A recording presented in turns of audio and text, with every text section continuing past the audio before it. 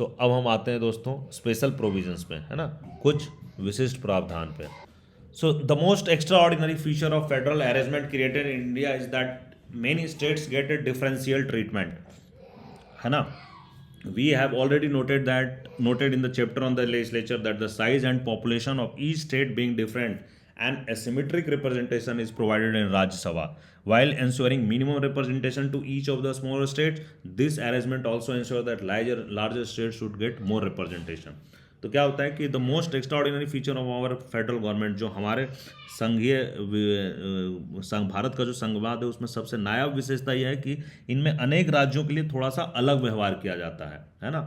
States gate differential treatments, बहुत सारे राज्यों के लिए थोड़ा सा डिफरेंशियल ट्रीटमेंट हमने देखा है बहुत सारे चैप्टर में कि that size and population of the each state being different, हर एक राज्य का साइज और पॉपुलेशन डिफरेंट है। तो इससे क्या होता है, जो उनका जो रिप्रेजेंटेशन है राज्यसभा में वो एसिमेट्रिक है, वो एक स्वरूप नहीं है, वो थोड़ा सा ट्विस्टेड है, एसिमेट्रिक है, वो जिसमें असमान है बेसिकली। वाइल इंश्योरिंग जो मिनिमम रिप्रेजेंटेशन स्मॉलर स्टेट्स को भी मिनिमम रिप्रेजेंटेशन मिल रहा, बट जो राज्य बड़े हैं उनका रिप्रेजेंटेशन राज्यसभा में ज़्यादा हो जा रहा। So in case of division of powers to the constitution provides a division of power that is common to all the states, है ना। शक्ति के बंटवारे की योजना के तहत संविधान प्रदत्त शक्तियां सभी राज्यों को समान रूप से प्राप्त है। डिवीजन ऑफ पावर जो है वो समान रूप से प्राप्त है। एंड एट द कॉन्स्टिट्यूशन है some special provision for some state, और उसके बावजूद संविधान में ही कुछ ऐसे प्रावधान है कि कुछ राज्यों को स्पेशल प्रोविजन दिया गया, बिकॉज उनकी जो सोशल एंड हिस्टोरिकल सर्कमस्टांसेस है वो थोड़े से पिक्यूलियर रहे हैं, वो थोड़े से डिफरेंट रहे हैं, है ना। Most of the special provisions pertain to north eastern states, ज़्यादातर ये जो स्पेशल प्रोविजंस है, विशिष्ट जो प्रावधान है वो ज़्यादातर नॉर्थ ईस्ट के जो राज्य हैं, आसाम, नागालैंड, अरुणाचल प्रदेश, मिजोरम एटसेट्रा, इन लोगों के लिए, largely due to their history and culture, क्योंकि इनका जो इतिहास और कल्चर है थोड़ा सा डिस्टिंक्ट है। However these provisions have not been able to stand alienation and the insurgency in parts of the religion, लेकिन इसके बाद भी ये प्रावधान अलगाववाद और जो सशस्त्र विद्रोह है ना, एलिनेशन एंड जो इंसर्जेंसी चल रही है इन राज्यों में, इसको पूरा रोकने में सफल नहीं हुआ। Special provision also exist for hilly states, हाँ, जो पहाड़ी क्षेत्र है इनके लिए भी कुछ स्पेशल प्रोविजंस है, like Himachal Pradesh and some states like Andhra Pradesh, है ना, गुजरात, महाराष्ट्र, सिक्किम, आंध्र, तो इन सब के लिए कुछ तेलंगाना, कुछ स्पेशल प्रोविजंस हैं। Jammu Kashmir, the other state which has special status was the Jammu and Kashmir, है ना। तो एक और राज्य which had a special state, जहाँ पे एक अलग स्पेशल स्टेटस था इसका, ये था जम्मू एंड कश्मीर राज्य, जहाँ आर्टिकल 370 के तहत इसको एक स्पेशल स्टेटस प्राप्त था। So Jammu and Kashmir was one of the large princely state, Jammu और कश्मीर एक बहुत बड़ा राजवाड़ा था, है ना। Which had the option of joining India और पाकिस्तान और रिमेनिंग इंडिपेंडेंट, जिसके पास ऑप्शन था कि वो भारत ज्वाइन कर ले, पाकिस्तान ज्वाइन कर ले, या आज़ाद रहे, इंडिपेंडेंट रहे। However immediately after the independence, जो आज़ादी के तुरंत बाद इन अक्टूबर 1947 1947 अक्टूबर में, तो जब भारत आज़ाद हुआ तो जम्मू कश्मीर ऑफकोर्स एक अलग राजवाड़ा था, आज़ाद था, न भारत में था न पाकिस्तान में था, लेकिन आज़ादी के तुरंत बाद अक्टूबर 1947 में पाकिस्तान ने tribal infiltrators in its side to capture Kashmir. तो पाकिस्तान ने क्या किया, अपने ओर से कश्मीर पर कब्जा करने के लिए कबाइली, है ना, ट्राइबल घुसपैठिए भेज दिए। दिस फोर्स्ड महाराजा हरि सिंह, जो जम्मू कश्मीर के महाराजा थे हरि सिंह, इसको फोर्स हुआ to ask for Indian help, उन्होंने इंडियन हेल्प मांगने के लिए, उनके पास कोई ऑप्शन नहीं बचा, मांगना पड़ा, and acceded to Indian union, एंड वो भारत के यूनियन में, भारत के संघ में उन्होंने सम्मिलित हो गया, उस राज्य को सम्मिलित कर दिया। So many of the Muslim majority areas in the western and eastern parts joint Pakistan, है ना, बट जे एंड के वाज एन एक्सेप्शन। सो बहुत सारे जो मुस्लिम मेजोरिटी थे जो वेस्ट और ईस्ट में, है ना, भारत के पश्चिम और पूर्व में बहुत सारे जो यहाँ पे मुस्लिम पॉपुलेशन ज़्यादा था, वो ऐसे राज्य जो हैं वो पाकिस्तान ज्वाइन कर लिए, बट जम्मू कश्मीर इसमें से एक एक्सेप्शन था। Under these circumstances it was given much greater autonomy by the constitution, तो संविधान के द्वारा इनको बहुत ज़्यादा ही ऑटोनॉमी दिया गया था।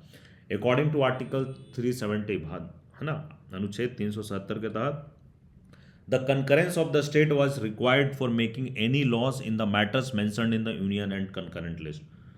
तो राज्य का कंकरेंस रिक्वायर्ड था किसी भी कानून बनाने के लिए जो यूनियन लिस्ट या कंकरेंट लिस्ट में है, केंद्र सरकार का जो यूनियन लिस्ट और कंकरेंट लिस्ट है, जिस पे केंद्र सरकार को बनाने के लिए यूनियन लिस्ट पे केंद्र सरकार को प्राप्त है पावर्स कानून बनाने के लिए, एंड कंकरेंट लिस्ट में दोनों बना सकते हैं। बट इन पे भी अगर कोई कानून बनाना है तो as per article 370 Jammu Kashmir का परमिशन उस स्टेट का कंकरेंस रिक्वायर्ड था अगर आप जम्मू कश्मीर के लिए बना रहे हैं। So this was different from the position of the other state. In the case of other state the division of power as listed through the 3 list automatically applies. बाकी राज्यों में जो 3 लिस्ट है, state union list, state list and concurrent list, उनके जो powers है उस हिसाब से ऑटोमेटिकली अप्लाई हो जाते हैं।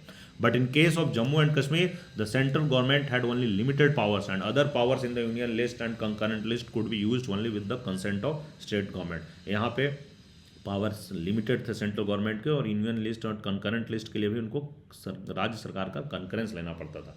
This gave greater autonomy to the state of Jammu and Kashmir. तो ये जम्मू एंड कश्मीर को ज़्यादा ही ऑटोनॉमी देता था, स्वायत्ता देता था। So earlier there was a constitutional provision that allowed the president with the concurrence of the state government to specify which parts of union list should apply to the state. पहले एक संवैधानिक प्रावधान था जिसके तहत प्रेसिडेंट को power थी, उनको शक्ति प्रदत्त था कि वो राज्य सरकार के कंकरेंस के साथ वो स्पेसिफाई कर ले कि किस पार्ट ऑफ यूनियन लिस्ट का कौन सा पार्ट अप्लाई करेगा राज्य में, है ना। The president had issued 2 constitutional orders in concurrence with government of JNK making large part of the constitution applicable to the state. तो जो प्रेसिडेंट है वो 2 कॉन्स्टिट्यूशनल ऑर्डर निकाला, है ना। कब निकाला? कंकरेंस ऑफ द गवर्नमेंट, उस जम्मू कश्मीर सरकार के कंकरेंस के बाद 2 कॉन्स्टिट्यूशनल ऑर्डर निकाला कि जो large part of the constitution है हमारे संविधान का, केंद्र के संविधान का लार्ज पार्ट वो स्टेट पे एप्लीकेबल होगा। एज ए रिजल्ट दो JNK had separate constitution and flag, the parliament's power to make laws on the subject in the union list was fully except. इससे क्या हुआ कि JNK के पास एक अपना संविधान था, ठीक है, इनका अपना एक सेपरेट कॉन्स्टिट्यूशन था और एक अपना झंडा भी था, अपना संविधान और अपना फ्लैग था। बट बावजूद इसके इस जो कॉन्स्टिट्यूशनल ऑर्डर्स आए थे 2 ऑर्डर, उसके तहत पार्लियामेंट को पावर मिल गया कि वो जम्मू एंड कश्मीर के लिए जो यूनियन लिस्ट में जो सब्जेक्ट मेंशन्ड है उस पर कानून बना सकते हैं। The remaining difference between the other states and the states of JNK were that no emergency due to internal disturbance could be declared in JNK without the concurrence of the state। दूसरा एक यहाँ पे important difference ये था कि JNK में emergency घोषणा नहीं की जा, आपातकाल की घोषणा नहीं कर सकती है। इंटरनल डिस्टर्बेंस, है ना, अंदरूनी डिस्टर्बेंस जो है ना, आंतरिक अशांति के कारण आपातकाल की घोषणा नहीं की जा सकती है without concurrence of the state government. ये कब की जा सकती है? अगर स्टेट गवर्नमेंट का कंकरेंस है तब की जा सकती है, but without the concurrence of the state government no emergency due to internal disturbance could be declared in JNK। The union government could not impose a financial emergency in the state and the directive principles did not apply in the JNK। दूसरा यहाँ पे financial emergency जो वित्तीय आपातकाल है वो नहीं लगाई जा सकती है। तो union government could not impose a financial emergency, financial emergency नहीं लगाई जा सकती इस राज्य में। और यहाँ पे डायरेक्टिव प्रिंसिपल्स जो है ना, राज्य के नीति निर्देशक तत्व ये लागू नहीं होते थे। So amendment to the Indian Constitution under Article 368 could apply in concurrence with the government of the JNK। और जो भारत में संविधान बनाने, संविधान में संशोधन करने की प्रक्रिया आर्टिकल 368 में जो वर्णित है, amendment to the Indian constitution, हमारे संविधान में संशोधन लाने की प्रक्रिया आर्टिकल 368 में, ये without concurrence of the JNK government, Jammu Kashmir के सरकार के कंकरेंस के बिना यहाँ पे लागू नहीं किया जा सकता है। So but at present the status given under article 370 no longer exist. हम सब ये जानते हैं कि भारत सरकार ने इसको हटा दिया है और ये अब जो स्पेशल स्टेटस है आर्टिकल 370 के तहत जो स्पेशल स्टेटस था ये अब एग्जिस्ट अस्तित्व में नहीं है। By the Jammu and Kashmir reorganisation act of 2019 the state has been bifurcated into 2 union territories, Jammu and Kashmir and Ladakh. So the new arrangement has come into effect from 31st October 2019। तो Jammu and Kashmir reorganisation act 2019 में लाया गया और इसके तहत जम्मू एंड कश्मीर के state को 2 केंद्र शासित प्रदेशों में विभाजित कर दिया गया। एक है जम्मू एंड कश्मीर, है ना, ये अब राज्य नहीं है, 2 केंद्र शासित प्रदेश है। एक जम्मू एंड कश्मीर राज्य से एक निकल गया जम्मू एंड कश्मीर केंद्र शासित प्रदेश, और दूसरा लद्दाख केंद्र शासित प्रदेश। और ये जो नया चीज़ है, जो नया अरेंजमेंट है, ये 31 अक्टूबर 2019 से इफेक्ट में आया।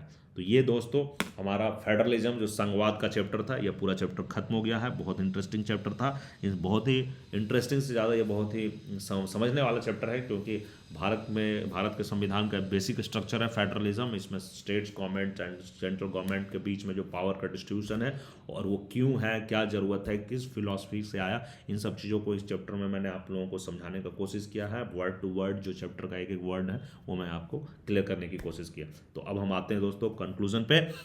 Federalism is like a rainbow, ये एक इंद्रधनुष की तरह है, संघवाद एक इंद्रधनुष की तरह है। Where each colour is separate, जहाँ पे हर एक कलर रंग तो अपना अलग अस्तित्व है, sorry, it together they make a harmonious pattern, लेकिन ये एक साथ मिलकर एक सुंदर और सद्भावपूर्ण संपूर्ण दृश्य उपस्थित करवाते हैं। सो federalism is like a rainbow, color is separate, it harmonious pattern. Federalism has to continuously maintain a difficult balance between the center and state. संघवाद को एक हमेशा निरंतर एक ऐसा संबंध बनाना होगा, एक डिफिकल्ट है ना, मुश्किल संबंध बना के रखना होगा राज्यों के बीच में, difficult balance between the centre and state बनाए रखना होगा।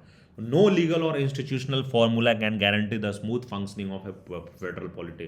तो कोई भी लीगल, कानूनी या कोई भी जो संस्था से जुड़ा हो कोई भी फॉर्मूला हम बना देंगे तो ऐसी वो गारंटी नहीं देगा कि जो फेडरल पॉलिटी है वो स्मूथली चलेगी। Ultimately the people and political process must develop a culture and A set of values and virtues that like mutual trust, tolerance and spirit of corporation. So ultimately ये जनता के ऊपर ही है, public के ऊपर है, एंड जो राजनीतिक प्रोसेस है उसके ऊपर है। इट मस्ट बी डेवलप, ये ऐसा डेवलप करना चाहिए, कल्चर डेवलप करना चाहिए, culture and set of values, एक set of values and virtues like mutual trust होना चाहिए, टॉलरेशन होना चाहिए एंड स्पिरिट ऑफ कॉपरेशन होना चाहिए। अगर इन सब चीज़ों पे रहेगा, आपसी एक दूसरे पे बेसिकली विश्वास, पारंपरिक विश्वास रहेगी, सहनशीलता रहेगी और सहयोग की पे आधारित अगर गुण रहेंगे तो ये सफल होगा। Federalism celebrates both unity as well as diversity, है ना। तो जो फेडरलिज्म है, संघवाद है, वो एकता के साथ साथ अनेकता, जो डाइवर्सिटी है, जो विविधता है, उन दोनों को सेलिब्रेट करता है। National unity can not be built by streamlining differences. जो राष्ट्र की एकता है वो डिफरेंसेस को अगर हम हटा देंगे तो उससे नहीं बनती है। सच फोर्स्ड यूनिटी, अगर हम ऐसे फोर्स करके दबाव में डाल के अगर हम एकता लाएंगे भी, वो only generates greater social strife and alienation, ये समाज में और स्ट्राइफ पैदा करती है और अलगाववाद पैदा करती है, and tends finally to destroy unity, और एक्चुअली में वो यूनिटी को डिस्ट्रॉइंग करती है। सो ये बहुत इंपॉर्टेंट चीज़ है दोस्तों, इसको मैं अलग से हाईलाइट करता हूँ। ये दो statement, federalism celebrates both unity as well as diversity, ये दोनों को सेलिब्रेट करती है। And national unity can not be built by streamlining differences को हटाकर नेशनल यूनिटी नहीं बन सकती है। Responsive polity sensitive to diversities and to the demands for autonomy can alone be the basis of a cooperative federation, है ना। विभिन्नताओं और स्वतंत्रताओं की मांगों के प्रति संवेदनशील तथा उत्तरदायित्व राजनीतिक व्यवस्था ही सहयोगी संघवाद का एकमात्र आधार हो सकती है। सो क्या होना चाहिए, पॉलिटी को सेंसिटिव होना चाहिए to diversities and to demands for autonomy, स्वायत्ता की जो डिमांड है इसके प्रति संवेदनशील होना चाहिए, और सिर्फ इसी के बेसिस पे एक कोऑपरेटिव फेडरलिज्म बनाया जा सकता है। सो दैट्स ऑल दोस्तों, ये चैप्टर खत्म हो गया। थैंक यू, दैट्स ऑल, जय हिंद।